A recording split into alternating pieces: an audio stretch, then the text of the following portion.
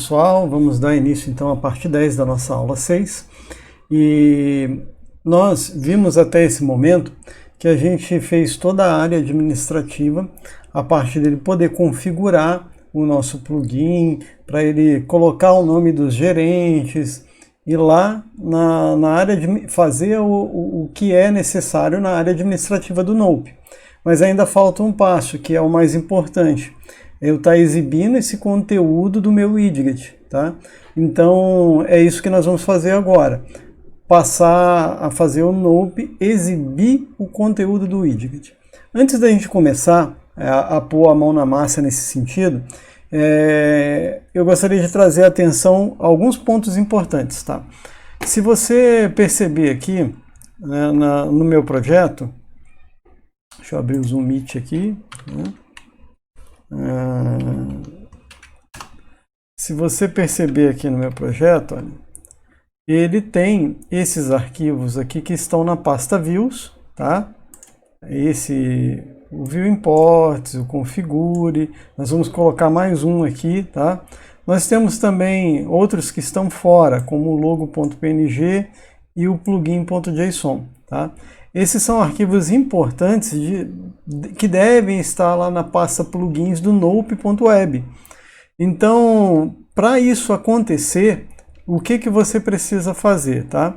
Vem aqui, você vai clicar com o botão direito, Properties. Se você reparar aqui, ó, eu tenho lá, ó, Build Action. Você vai colocar ali o Build Action você vai alterar isso daí para Content. E também aqui, ó, Copy to Output Directory, Copy if newer, ou seja, se houve ali alguma alteração no arquivo, ele vai, novamente, quando eu fizer um build, ele vai colocar na pasta que necessita desse arquivo, tá bom? Então, isso é importante fazer, tá? Tanto para as nossas views, como também para esse arquivo, logo.png e plugin.json. Se você não fizer isso no plugin, por exemplo, qual é o problema? Na hora que o Nope for listar os plugins disponíveis, o seu não vai aparecer, tá? Então é importante que você faça isso, não esqueça, tá? Essa é uma das coisas que a documentação do Nope fala que leva aí o desenvolvedor à loucura, tá? Então, para nós iniciarmos aí a parte pública, né, o que nós precisamos fazer? Quando você começou a desenvolver lá o plugin, a gente viu aquele método que é da interface iWidget ou iWidget plugin. A gente tem lá o getViewComponentName. Nós precisamos criar essa View Component, tá? E como que a gente vai fazer isso? Você vai pegar aqui e lá no Nope, dar um add, né? No Nope não, no teu plugin, né? Dá um add, new folder, vamos chamar a pasta de component, tá? E o que a gente vai fazer aqui, né? Na pasta, voltei para o slide. Na pasta component, nós vamos criar o nosso view component, tá? É que eu estou olhando aqui para minha colinha. A pasta deixa eu até arrumar, era isso que eu estava verificando. A pasta é components, no plural. Então a gente vai colocar aqui o nosso view component, tá? Vamos criar uma classe. Como que vai chamar então o nosso view component? Ó, tá ali, ó. Ele tem que seguir esse padrão que do nome que você deu ali, ó, widgets dunder mifflin e o sufixo view component. Tá ok? Então ele vai criar aí para você o arquivo, você vai deixar essa classe pública, lembrando que o View Component não é algo exclusivo do Nope, tá? É algo do .NET Core, tá? Então, o Nope, lógico que ele tem uma classe que você deve herdar, tá bom? Que é o Nope View Component. Para manter, né, para utilizar aí os recursos já desenvolvidos pela equipe do Nope, vai estar disponível aí para você, tá? é uma classe abstrata. Olha lá, tá vendo? Ela tem alguns recursos já desenvolvidos, caso a gente precise utilizar, vai estar aí disponível para nós. Por isso que é importante você herdar de View Component, não, melhor, Nope View Component, não do View Component em si. Tá? Qual que é o próximo passo, então? Nós precisamos agora de colocar um atributo de classe chamado View Component e dizer qual é o nome do meu View Component, tá? Então esse atributo não é do Nope, novamente, é do ASP.NET, tá? Mas isso daí facilita para que ele seja localizado, tá? O que nós vamos precisar agora? Nós vamos precisar implementar um método chamado invoke. Esse método é que vai renderizar o nosso View Component, tá? Então vamos começar com ele aqui. Ele deve retornar o eView Component Result, tá? E o nome do método é invoke. Invoke. E o que a gente precisa passar? Uma string widget zone. Zone. E um object additional data. Tá? Então, isso daí é importante que a gente tenha esses dois parâmetros? Sim, é importante. No nosso caso, nós não utilizaremos, tá? Mas eu posso dizer lá, olha, eu estou, na hora que está renderizando a página, eu falo assim, ó, eu estou nessa parte aqui da página, nessa seção, no topo da minha homepage, no rodapé da minha homepage, no topo do meu Product Box, na parte de baixo, né, no rodapé do Product Box, ele vai dizer onde ele tá, e o teu componente pode dizer, ó, renderiza aqui ou não, tá? É diferente daquele outro, tá? Do plugin que a gente viu no início, tá? Por quê? O do plugin eu digo quais são as seções, os pontos das páginas que eu quero deixar disponível para o meu plugin, tá? Esse aqui, como eu posso ter mais de um, né? Então esse aqui vai dizer aí em que ponto está sendo renderizado esse View Component. O Additional Data, tá? Eu quero passar um objeto, um parâmetro, como por exemplo, eu tenho lá a Product Box, tá? Então ele vai renderizar ali na Product Box, talvez no topo, embaixo, alguma posição ali, e eu preciso saber qual é o produto que eu tenho que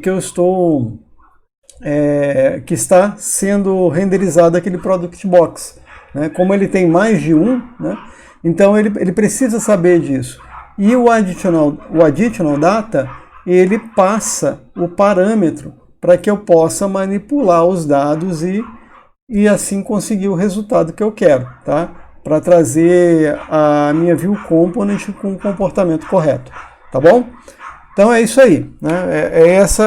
Esse o objetivo desses dois parâmetros, embora nós não utilizaremos.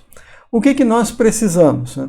Lembra-se que a gente precisa do nome dos 3 gerentes, e esses 3 gerentes foram guardados lá naquela classe Dunder Mifflin Settings.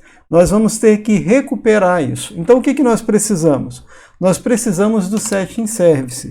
Então, private read only iSetting Services, né? E vamos chamar ele de Setting Service, underline Setting Service. Vamos criar o nosso construtor e atribuir a variável Setting Service, pegando ela por injeção de dependência, tá bom? Esse é um beabá aqui, né? Que a gente precisa fazer. Muito bem. Agora eu preciso recuperar quais são as configurações, né, que eu tenho gravado lá no meu banco de dados.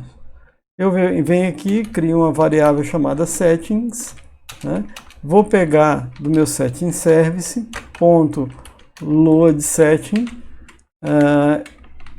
eu tenho que dizer o tipo, Dunder Mifflin Settings, dizer qual que é a loja. Lembra que cada loja, né, pode ter a sua configuração de plugin, tá? De seu widget. Então é importante que eu saiba qual que é a loja. Para isso, eu preciso de outro objeto aqui no nosso, uma outra variável aqui na nossa classe, tá?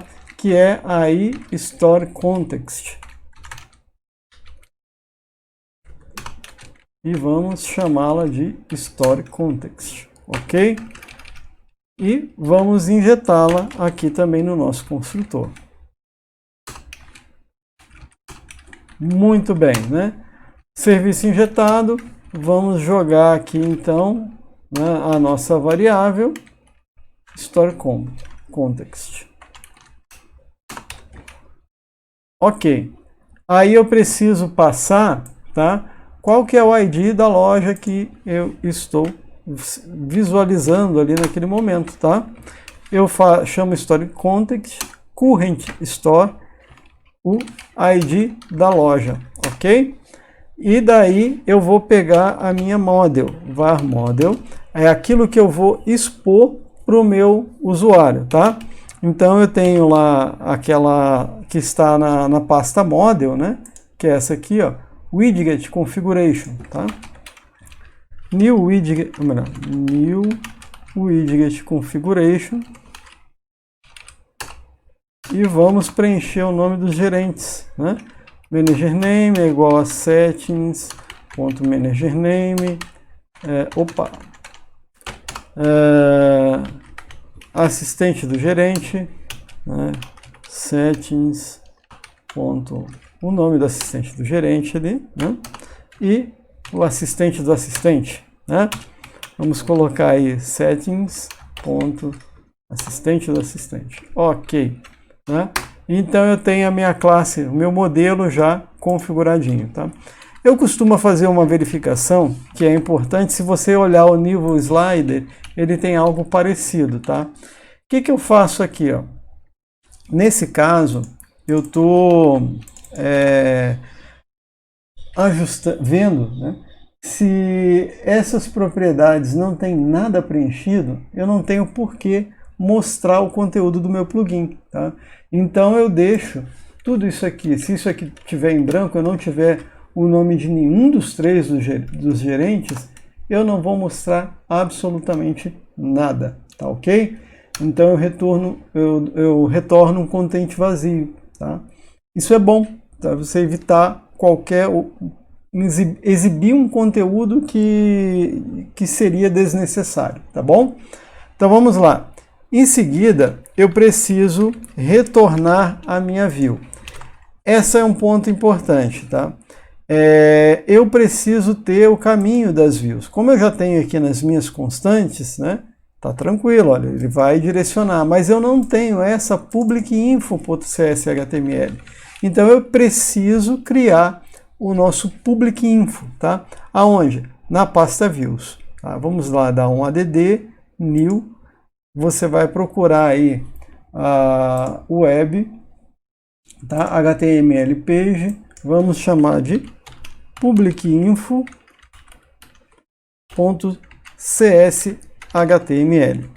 Ok? Feito aí então o nosso CSHTML, vamos colocar aí o conteúdo, tá?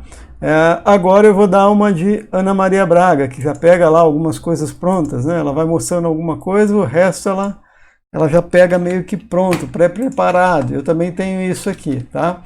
Então eu vou colocar aqui para vocês, eu acabei dando um certo spoiler, tá? Do que a gente tem por aí por vir, tá? Mas eu vou colocar aqui, ó, o que é o conteúdo. Vou explicar para vocês, né?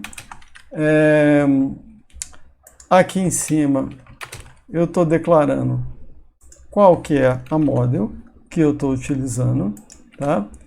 E aqui, ó, eu estou direcionando para o stylesheet.pluginpath. O que eu costumo fazer, tá? Eu coloco isso, novamente, né? Trazer isso à atenção. Eu coloco isso nas constantes que tem aqui, ó. Eu coloquei, talvez não poderia ter um outro lugar mais apropriado, mas como o projeto nosso é pequeno, tá? Eu coloquei aqui dentro da pasta Model uma classe estática, onde eu tenho aqui o caminho, né, das minhas views e o caminho do meu CSS, tá?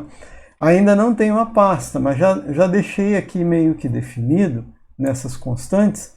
Para quê? À medida que o projeto cresce, em vez de eu ficar digitando em cada view isso daí, né, e talvez ter alguma situação que eu preciso mudar posteriormente, eu mudo num único lugar, tá? Eu deixo aqui nessa constante. Então é a minha recomendação, uma prática legal para ser feita aqui no nosso plugin, tá bom? Então vamos lá. Eu vou precisar criar aqui, então, ó, você viu que no Public Info eu tenho um CSS, tá? Então eu preciso criar esse CSS aqui dentro da minha pasta, dentro da pasta Content, tá? Ainda não temos essa pasta, vamos adicionar aqui. Detalhe, tá? Tudo que a gente tem dessa nomenclatura, caminho, nome de propriedade que está nos HTMLs, verifiquem cuidadosamente, porque isso é algo que pode te causar problema. Às vezes, por causa de uma letra, você vai ficar perdendo a cabeça, não entendendo porque o seu plugin não funciona. Então verifique, né? Tenha o hábito de conferir isso frequentemente, tá bom? Então vamos lá, add new folder, eu vou criar a pasta content, tá? E vou criar também a pasta Dunder Widgets, tá? Vamos lá, add new folder Dunder Widgets e vou criar os arquivos CSS. A ideia, né, é que essa div tenha um contorno e no centro fique a nossa mensagem, né, o nome dos gerentes e a mensagem de cada um deles, tá ok?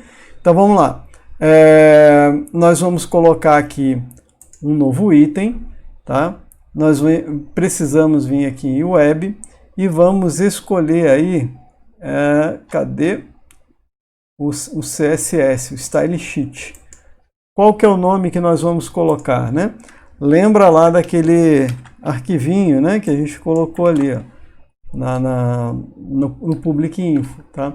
dundertheme.css, ok? E aqui a gente vai então colocar o nosso CSS, tá? Eu não vou entrar em detalhe, isso vai estar disponível no GitHub para você pegar, olhar, colocar, tá?